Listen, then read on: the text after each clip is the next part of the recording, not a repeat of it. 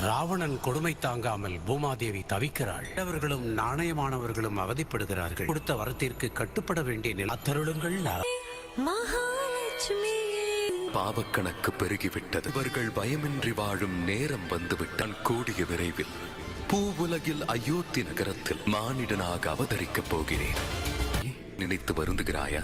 உலகை பாதுகாப்பது எம்முடைய கடமை அல்லவா? அதிலிருந்து நான் தவறுவது முறையா? எனக்கு தெரியும். எப்பொழுது சென்று இந்த வைகுண்டம் களையிழந்து விடுகிறது. உங்கள் கடமையை நிறைவேற்றத்தான் செல்கிறீர்கள் என்று தெரிகிறதாலும் தங்களது பிரிவினால் பெரிதாக வாடுவது நான் ஒருத்தி மட்டும். இந்த முறை அது நடக்காது.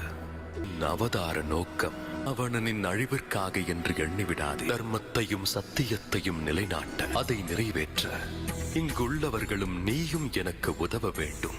என்னுடைய மானிட அவதாரத்தில் உங்கள் பங்களிப்பு எனக்கு தேவை.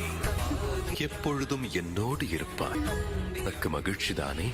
நீ நமக்குள் பிரிவே வராது. ராம அவதாரத்திற்கு நீயே பெருமை சேர்க்க வேண்டும். அக்னி தேவா